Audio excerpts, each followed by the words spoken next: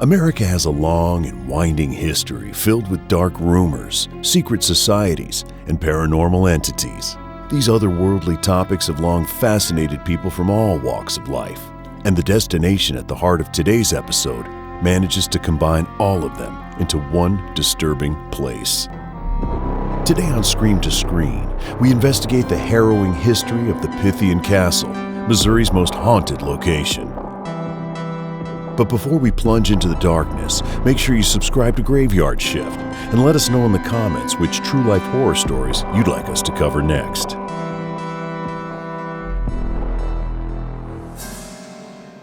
Located in Springfield, Missouri, the Pythian Castle, or the Pythian Home of Missouri, was built in 1913 by the Knights of Pythias, a secret society founded in Washington, D.C. in 1864.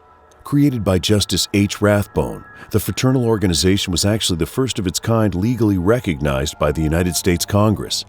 With more than 2,000 lodges and a membership nearing close to 50,000 individuals, the Knights of Pythias have historically boasted a wide range of professions in their ranks.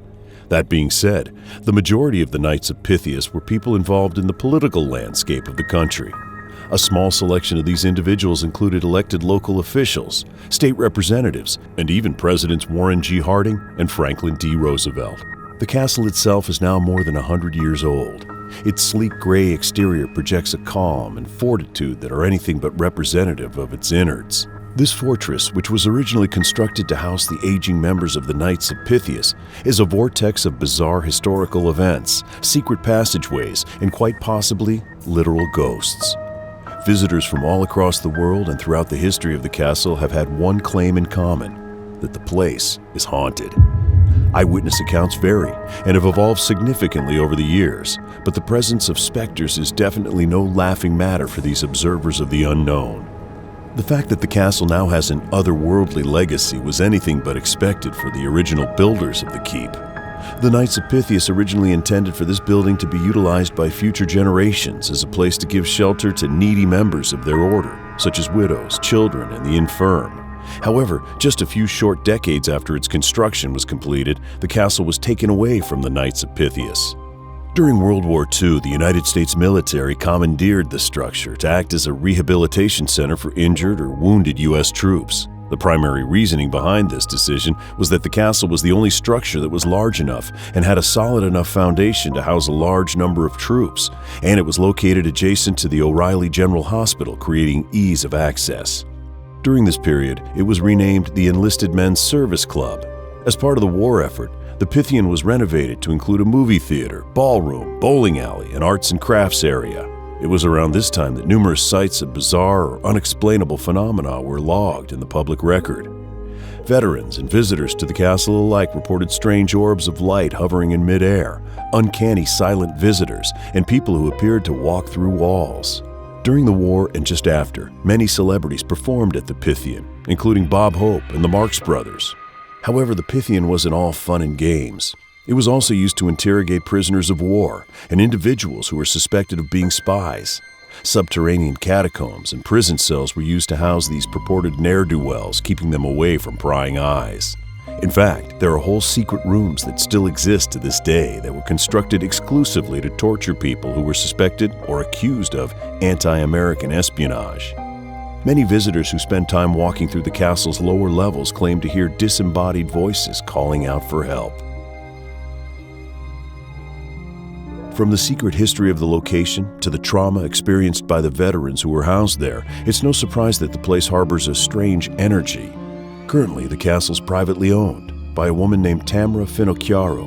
She came into possession of it in the late 2000s. After taking ownership of the facility, she renovated the castle, installed a new driveway, and built parking areas. The Pythian Castle may have receded from public memory in recent years, but Finocchiaro believed that the castle's mystique and history would still be a draw for the public, if marketed properly. She took it upon herself to reopen the facility to the public for historical tours, murder mystery dinners, and ghost tour experiences. This was all meant to capture the fact that the Pythian Castle still hadn't stopped accruing local folklore even after all this time. With every passing year, the castle gathers more and more unexplainable sightings from beyond the grave, taking over the imagination of the Missouri townsfolk and all the people who visit. The Pythian Castle has been home to many specters and paranormal entities in its 100-year-plus lifespan.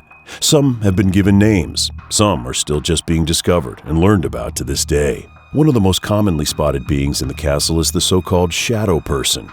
Many visitors report seeing an incorporeal figure that looks to be that of an adult man, slender in build, and garbed completely in shadow, moving throughout the room they're in. The being is a recurring sight, having been reported by various individuals visiting the castle for many years now. No one knows any origin story for or a history related to the shadow person, but it appears to be a spirit trapped in our realm and tethered to the castle. Another ghost often seen by visitors and castle employees is the one they call the lobby ghost. The lobby ghost is most often reported as a young girl's disembodied voice that calls out, "Hello there," in a soft, forlorn tone. Many of the Pythian Castle's walking tours begin in the lobby, with the express purpose of giving visitors a chance to witness the most commonly seen, or perhaps rather heard, entities. Much like the lobby ghost, many of the spirits in the castle are linked with specific locations within it. Take the one named Adam, for example. He's a ghost who's commonly thought of as a prisoner of war or agent of espionage who was interrogated in the areas of the castle that were used as a prison. Witnesses have claimed that they experienced temperature changes, felt a hand on their shoulder, or even heard voices in those areas. One of the more talkative ghostly residents in the castle is Petey, the boy who supposedly lost his parents. Petey's often seen wandering the halls and lower basements of the castle, calling out for his mother and father.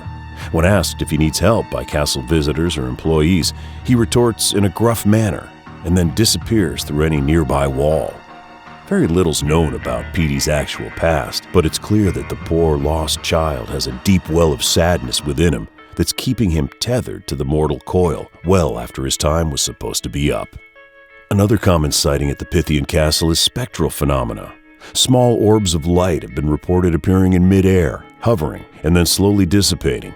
Some have reported these orbs behaving as though they were alive. Others have said they appeared like mini fractures in the fabric of reality itself. However, the most commonly cited ghost is named Mr. Boots. We sat down with horror filmmaker Nathan Shelton for an interview about his first-hand account involving the unexplainable. So we go down to the edge of the tunnel where this man had been standing, and it's a dead end.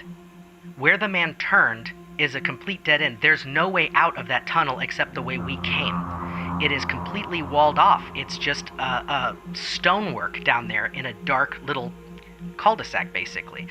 And we were like, instantly got chills, didn't know what was going on, and we just kind of packed up our stuff and left the tunnel. We were like, we're getting out of here.